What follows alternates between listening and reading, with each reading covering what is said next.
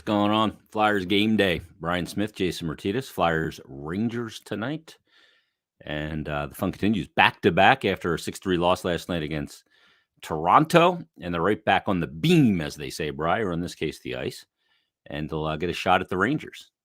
Yeah, there are no big breaks left in this schedule, really, right? They got a couple of situations where it's like a back-to-back and the rest of the week is off and stuff like that. But, yeah, you got 15 games in 30 days, basically, pretty much every other night. And this is part of a 5-8. This is going to be a long week for the Flyers, too, because they got, home and home with Columbus, and then Anaheim comes in. So, yeah, no rest for the weary. But, it's good, I think, especially when you're trying to look at some of these younger kids. You can Wait a minute. Ronnie Adder was a -4. His career's over, right? Right. I thought we cut him, didn't we? Oh. I digress. No, vested 3 years on the guy, 1 game, cut him. Yeah, the Twitter has been fun the last couple of days, has it not? But no, I think I'm going to delete my account. Get some consistency out there, and just get them in rhythm, see what happens. Yeah, I mean, he was good in the first 2 periods last night, and then they had to play 5 defensemen, and the game lost its structure. And the third period, you go in tied 2-2, and then you lose 6-3. You give up 4 third-period goals. I mean, look, there's so many arguments that I just don't want to partake in anymore. I think I just might mute everybody on Twitter. I just, you know what I'm going to do? Can you remove the ability to look at your mentions? Yeah. Oh, yeah. I know you can do that. Oh, you can? Okay. Gordon Miller does that. Well, I mean, look at Gord. I'm not surprised. Yeah. There's definitely a way to do that. I don't know how it is. I don't know what it is. I don't have mentions per se. So I don't have to worry about it. But I know there's too many. I know there's a way to shut them off. Yeah. I mean, like, there's people still having this argument about Yandel today. I'm over it. I talked with Hunter Brody on the radio today. I did a call in, and the thing about it is it's like I don't care if he comes out or he didn't come out. That's not the point. You want to look at young guys and all that stuff, but anyway, I don't want to rehash it. I'm done with it. I'm done with. Yandel does not draw back in tonight. His Sealer's out. Connaughton does, but they want to look at Connaughton. They want to look at Sealer. Yeah. People go, well, haven't they seen enough of these guys? They can't play. Well, there's 7-8 guys for next year, possibly. And because you got to be able to pay your 7-8 like peanuts. Nothing, right? Not even veteran minimum. You just got to pay them minimum, right? So you got to look at those guys. And yeah, I mean, you might be looking at somebody like Connaughton on even a 2-way, I guess. I don't know. I would think so, yeah. It could be a big 2-way. I mean, that's the one thing people kind of lose track of is that, just because a guy's on a 2-way contract doesn't mean he's not making anything. There's guys making more money in the American Hockey League than they do in the NHL when it comes to accounting for escrow and things like that. I think Kyle O'Reilly is a good example. He makes in the high 6s, I think, in the American Hockey League. And if he comes up here, the minimum is whatever it is, $925 for his veteran stature or whatever. But he's got to pay out 30% in escrow, and now he's got to get into the NHL escrow issue. Every city you play in, they come after you taxing it. So it's almost better to be in the American League. Yeah, and playing Lehigh, absolutely. Yeah. So it's the Flyers and the Rangers tonight. Rangers having a good year. I was texting with Bill Meltzer earlier today, and Bill brought this up, and it's true. The Rangers are a team that's very interesting to me because they are a team, and Bill put it in the 5 things email preview that he did for today. He said, I discussed why the Rangers have similarly bad analytics to the Flyers, yet vastly different records. And they do, because they're a team that gives up a ton of chances, high danger chances, quality. That's been masked by an otherworldly goaltending performance of Igor Shesterkin this season. But is that sustainable? And then you look at, up front too. I mean, obviously Panarin's a great player.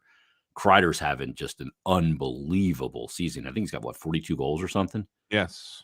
So, I mean, you look at that and go, is this sustainable? Is this because they're not really getting anything from Lafreniere or from Kakko. They're not the guys kind of leading the charge. And obviously you have Fox back there as well and Jacob Trouba. But I just wonder if it's sustainable for this team. I mean, they're in second place right now in the Bry and the Metro.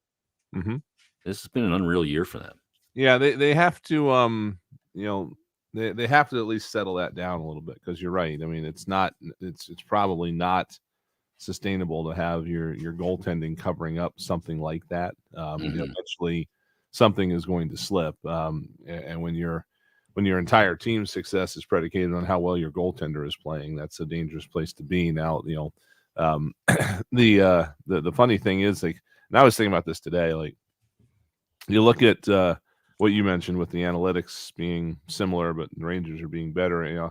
To me, and I'm not comparing the two teams necessarily, but the trajectory of this team, this year's Flyers team versus that of 2009-10 is probably only changed by the injuries, because in both cases you had a team that was, kind of, I guess the 9-10 team was more highly rated than this team was, but a lot of folks thought that the Flyers were going to be, a lock for the playoffs this year with the moves they made in the offseason. And then, it didn't work under Lane Vigneault, and they made the coaching change around the same exact time. Um, Yeah, and December 8th on yeah, John Stevens. I think it was 2 days later for AV. yeah, and so the difference is Mike Yeo comes in, and if you remember, the 9-10 team didn't even start to get better until January. Yeah. But They the won 2 of their first 11 games yeah, yeah. with Laviolette. So the difference is that Mike Yeo never had a chance to play with a healthy roster, really. Yeah. Next thing you know, it's January and there's 10 guys out of the lineup. You have no centers. Yeah. So it is kind of you get to thinking like, all right, well, where are the Flyers? We've always had this fun conversation when there's nothing else to talk about. What happens if the Flyers lose that shootout? what trajectory does the franchise take from there if they don't even make the playoffs that year? Yeah. But yeah, it's another interesting comparison to make.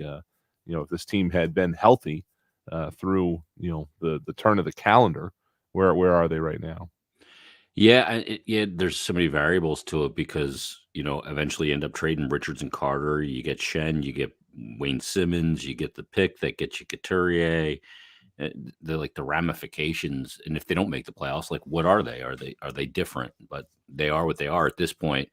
And Nate Thompson came back yesterday, and somebody had asked me, said, why bring Nate Thompson back in? I go, first of all, the guy worked his butt off to get back in, and they just don't have centers. I mean, they have Joel Farabee playing in the middle as a Right. result, right? Yeah. Um, And, and, and and sure, I'm sure that Thompson is another guy that they would probably like to bring back, and they want to see how he's recovering from how is the shoulder? Is it in the rearview mirror, or is it still going to be a problem? So yeah, I don't think they bring him back. I mean, it just in terms of trying to evaluate what you want to do for next year. It's they did. I always confuse him and Pitlick. If they tried to bring back both of them and neither of them want to come back, or they only try to bring back one, I can never keep that straight. Yeah, Pitt was going to get more money, and Yeah, that was when the flat cap came into play. So they right. had to downgrade. They went with Nicholas Aube-Kubel on an ELC over Pitlick, who I think he got 2.5 Yeah, in yeah, Dallas. So that was part of the equation there. You had to shed some of those bottom 6 roles to the lesser paid players because you had some contracts kicking in, obviously. And I mean, that turned out to be a pretty consequential decision. Aube-Kubel, he goes to Colorado after the Flyers waive him, and Flyer fans are ruining the day. I can't believe they mismanaged this. He just got back in the lineup yesterday because Kadri was out from being healthy scratched there. hmm yeah, So, I mean, some guys can go places and have some success immediately, but ultimately you are what you are as a player in most places. It's interesting the lineup tonight too. The way the lines are set up here. Farabee's going to be in the middle. Travis Konecny is going to be on the left side, not the right side. And hmm. he's going to be Cam Atkinson will be on that right side there. Kevin Hazel center, James Van Riemsdyk, and Owen Tippett. The line that's been good has been Hayes, Konecny, and who else? Oh, Oscar Lindblom, but obviously Right. they're making a change there. Yeah, So that's interesting to me. and I saw some. I didn't see the pregame media availability today, but I saw some comment to the effect of they wanted to split Tippett and Frost up. That they I guess Mike Yeo said they weren't generating as much as they'd hoped, so they decided to take a different look and see, just toss them out there with some guys they're not haven't played with before. See what happens. Just mix it up. Why not? Yeah. The only when you look at the groupings, the only thing that jumps out at me that's unusual is Lindblom being on the fourth line. But there's really just with the other Yeah. guys that want to take a look at in the top nine, there's nowhere to put him. And he's here for the long haul. So it's probably fine for him to be down there for a game and get a look at these other folks. Yeah, and Hayden Hodgson draws back in. He'll play with Frost and Noah Cates. So this is where they'll start at least. Yeah. McEwen is out. He got injured in that fight with Wayne Simmons. Did he get injured by when he was punched in the face, or did he do something else? Do you know? I'm not sure, but I don't feel like getting punched in the face will injure you. That last punch was It was a good one. concerning. Yeah, Wayne caught him, no doubt about it. Yeah. So the D pairs, Provorov and York, boys, that looked a lot different, especially for Provorov. What a game he had yesterday! Just an excellent played hockey game by Ivan Provorov, man. I was going back and watching some clips from the game last night because we were there, and I just wanted to watch him on video and kind of looking to see about the decision making he was, applying to when he activated down low. And boy, it was, by my eyes, and I'm no expert on defense in the NHL, but I loved his decision making because it didn't come with significant risk at the position he's, charged with playing, being a defender. It was just opportunistic, decisive, and I loved the spots that he went to. And on the first goal in particular, Bri, the one that Hayes scored where he gave him that perfect backdoor pass, he had to win a quick one-on-one battle there to get that puck. And it was just so decisive and confident looking. He looks so different to me right now than he had, earlier this season and certainly most of last season. Yeah, and I know I kind of hope that there's some attention being paid to what, if anything, in the last month is different, because we have been watching this for the last 2.5 years now, and finding that at least from an outside perspective, Provorov's a little hard to figure out. It seemed obvious that he played better when he had a good, solid veteran D partner, and when that wasn't there, then it wasn't clicking for him. But now, when he hasn't had that in the last month, and it is starting to click for him. So it might be as simple as that. It might be just that he's now maturing into being the veteran D guy instead of needing one next to him. But if there's something that's going right now that is bringing out the best in his game, we need to isolate that and figure out how to keep it in place, because again, we talked about this before. I mean, the Flyers now have Ristolainen under contract long term. They got Provorov under contract long term. Sanheim's coming up, so it's like this defense right now is going to look not too far off from this for a while, and they've got to figure out a way to make these guys work together if this is going to be the group. Yeah, I mean, look, we'll see what happens with Ryan Ellis, right? I mean, obviously, you'd love to get him in the lineup, get him healthy, and have him be there with consistency. I think the biggest thing is with Provorov, I just think it's that the coaching staff hasn't removed Cam York from his right side. Yeah. And even though York's a young player, he's a guy that can stretch the ice, make that first pass, and it's been the same guy. So they've developed a chemistry and predictability in where the guy's going to be. And maybe just that's what Provorov maybe doesn't need a veteran top pairing right side defenseman. Sure. Maybe he just needs a consistent top pairing right side defenseman and one that has a little bit of offensive game, because Ellis obviously has that. He's a great first passer as well. And Matt Niskanen, earlier in his career, more offensive game, but still had elements of offensive game when he was with Provorov as well. So I think maybe when you have that's where he settles into being what he should be. Yeah, and if this pairing is going to work well together, I mean, plop that on the Flyers blue line for a decade, that'd be all right. You are going to have to, again, with Ryan Ellis, I don't know what's wrong with him. I know that it's something that hasn't bothered him before, but at this point, you do get a little bit concerned about his durability, I would think. Maybe it's better that if York's going to jump in, maybe it's better that he's in maybe a second pairing role or something like that, where he doesn't have as many minutes. if you want to kind of Yeah, make but you sure got that this Ristolainen doesn't there on happen the again, second whatever pair. this is. Yeah, I Mhm. mean, it's but then then you got to figure out, okay, what's you're going to have a 2 and a 2A. I mean, yeah, Yeah. it is a bit of a conundrum really after a while, but it's a good problem to have if York is going to become a guy that becomes a little bit quicker product than a lot of folks thought he would. Yeah. And York, his D game's not up to full par yet. And can it get there? Yeah. Is it ever going to be the strength of his game? No.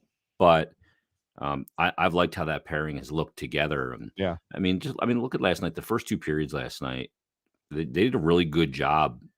I think it was until like 4 minutes left in the second period when Toronto ended up getting like their 12th shot on goal.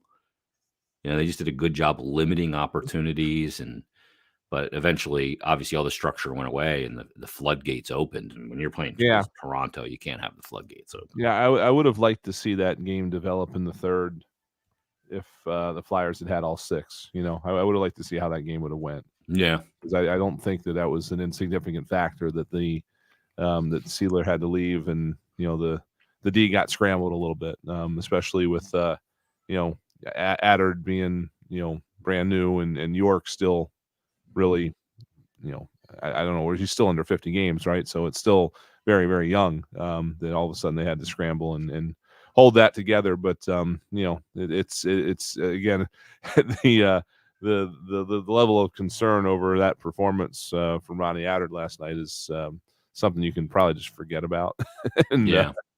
just don't worry about it. Well, York to this point has only played 28 NHL games. Yeah. That's crazy. It feels like more. He played this year with the Phantoms. He played 34 games. He's played 25 for the Flyers, and he played obviously 3 last year. Yeah, I mean, the entire meaning of time for the last 2 years and a month is completely strange to me. Yeah. It feels like forever ago that COVID arrived here, but yet it doesn't feel like it's been that long. It's kind of weird how that all applies to different things, but yeah, it's it does seem like York's been here longer than that, but I remember he was actually drafted, I believe, during the whole situation, right? Or no, it was right before. It was the draft before that. Yeah. Yeah, I mean, it's hard to even remember when he was pulled into the organization. So it's Crazy. and hey, the other thing that's coming maybe before the end of this year is the other half of Cam York's draft, which is Bobby Brink. Yeah. Obie Baker finalists. Friday night is the announcement, and he's got the Frozen Four coming up, and then We'll see him. Probably going to come to Philadelphia. So yeah, it'd be a fun way to end the month of April here. Not for nothing. I think that's one of the reasons why Travis Konecny's on the left side tonight. Yeah, getting There's ready. a bit of a projection there because Brink's going to play the right side when he gets here. Right. Yep. So I think that's kind of looking at things to see, and that'll pave the way for Brink to come in on the right side. The other thing too, the Rangers, Panarin leads them in points. He's got 80. How about 62 assists in 64 games? Wow. I continue to be fascinated by how this guy arrived in the National Hockey League. He kind of snuck in here, Yeah. Like defected and popped up. Yeah, started in Chicago and undrafted. Honestly, he's better now than he was then. Which is crazy. But he fits well into the Rangers structure. Yeah, we're going to join our radio audience here. Kreider actually has 46 goals. Wow, unbelievable. All righty, 93.3 WMMR.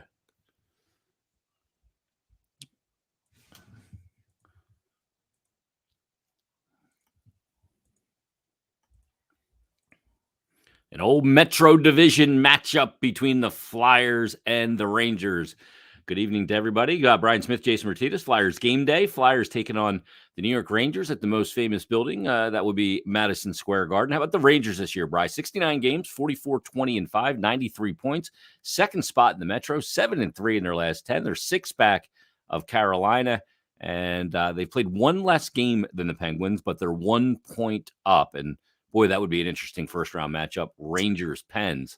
Flyers, sitting in the 8th spot right now, 53 points, a point back of the New Jersey Devils. Each are eliminated from the postseason. Flyers 21, 36, and 11 have lost 4 straight and have a record in their last 10 of 3, 6, and 1. But it's the Flyers and the Rangers, and that's always fun. It always is. Yep. And it really doesn't matter where these guys are in the standings when these teams are on the ice together. There's been years where the Flyers have been not very good. There's been years the Rangers haven't been very good, but they kind of bring out the best in each other. And when you're looking at this current Flyers roster, there's a lot of young guys here that have not been a part of this rivalry yet that get their first taste of it today, or maybe another taste, after last year didn't go so well. The ones that are here that are still here from last year, I'm sure remember the struggles the Flyers had with the Rangers a year ago, and it's time to start exacting some revenge. So it's always a fun game when these two clubs get together. Yeah, I mean, and look, you can try and spoil their party a little bit. Take 2 points away from them that they could get to get home ice in that first round. Yeah. So, I mean, that's part of the equation. I mean, you refer back to that last year, and they had that game where they lost 9-0, 6-point night for Mika Zibanejad, 3-3. And then the next time they played the Rangers, like a week later, they lost 8-3. I believe Zibanejad did something else crazy in that game. 6 points in that one too. Yeah, 18 points in the series last year or something stupid like that? I mean, he was having a horrible season prior to that. Yeah, it was just crazy. It's one of those things that you just can't really you can't put a finger on why something like that happens. But yeah, these two teams are going to be down the stretch right at each other's throats. And the Flyers, they have an opportunity here to have a say in who gets home ice in this series, because they got the Rangers twice tonight and April 13th, and they've got Pittsburgh at home on April the 24th. So they're going to be getting involved in some of these, the way some of this shakes out at the end of the season, and it's always fun to play the role of spoilers on any given night. It's important for the Flyers coming down the stretch to finish off the season and feel a little bit better about it. You're not going to feel good about it because it hasn't been good. It's been a bad season. But 9 of their remaining games are against non-playoff teams, presumably. You got a back-to-back with Columbus, a home-and-home rather, with Columbus. They're not going to the playoffs. Anaheim's not going to the playoffs. Buffalo, you have 2 games with the Sabres. They're not going to the playoffs. Montreal, second worst record in the league. Chicago not going to the playoffs. Winnipeg not going to the playoffs. And Ottawa not going to the playoffs. You got 9 matchups against teams in a remaining, 14 games that you have an opportunity to get a decent result. But, sometimes a lot of fans don't want the result. They want more ping pong balls. Yeah, and it just, again, it's the lottery has been set up so you shouldn't worry about trying to get more ping pong balls. I mean, it's just we've seen the results of that before, and truth be told, there is no Sidney Crosby in this draft. There is no Alexander Ovechkin. There is no franchise defining player, I don't believe, coming up in this draft. There are good players definitely at the top of the draft, but nobody like that. So to me, it's again trying to set a winning culture, and I also like the fact that you're trying to get some of these young guys into the lineup. We've got 3 or 4 of them there now. We've got potentially Bobby Brink coming, and maybe some others. We'll see what happens, but you have an opportunity here to have these guys get into NHL games against NHL quality talent and NHL speed, but it's not like you're going to throw them out there against the Florida Panthers or the Colorado Avalanche or somebody that's just going to come out there and steamroll them. You give these guys a little opportunity to get out there and get some confidence against some of these teams that aren't having the greatest of years. I think that's going to be beneficial down the line here. Yeah, there's been a lot of occasions where the team with the best odds has not gotten the pick. 2012, Columbus had the worst record. Edmonton got the pick. They picked Nail Yakupov. Not a good move. Nope. 13, Florida had the worst record. Colorado got the number 1 pick. They got Nathan McKinnon. 14 and 15, it was Buffalo who had the worst record. Florida got the number 1 pick in 14, took Ekblad in Philadelphia. And then in 15, Edmonton got it again. They grabbed McDavid. Buffalo ended up with Eichel. Toronto had the worst record in 16. They got the number 1 pick. They got Matthews. Colorado in 17. New Jersey ended up with the number 1 pick and got Heischer. The Flyers ended up 2 that year and got Nolan Patrick. Then Buffalo with the worst record and got the number 1 pick for Rasmus Dahlin, who I think is going to end up being a really good player. Ottawa in 19 had the worst record. New Jersey got the number 1 pick with Jack Hughes. Detroit had the worst record in 2020 by a mile. And the Rangers picked Alex Lafreniere, number 1 overall. And then Buffalo last year had the number 1 pick and the worst record and picked Owen Power. So it's, like you said, it is an absolute crapshoot. Yeah, I mean, when the Flyers got Patrick, they finished, they were 13th, right? Didn't jump from 13 to 2. Yep. So, can't even do that anymore. Yeah, I mean, what if you play your way out of the position that the ball ends up jumping up? It's like it's not something to plan for. Is what we're getting at. So yeah. Well, it's the Flyers and the Rangers. Alex Lafreniere will be on the ice. I probably said his name 6 different ways during this pregame show, but stay tuned. Tim Saunders, Steve Coates, they've got the countdown to face off and all the first period action from the Garden. Flyers, Rangers. You've been listening to Flyers Game Day on the BetRivers.com Flyers Broadcast Network. Thanks, Rye.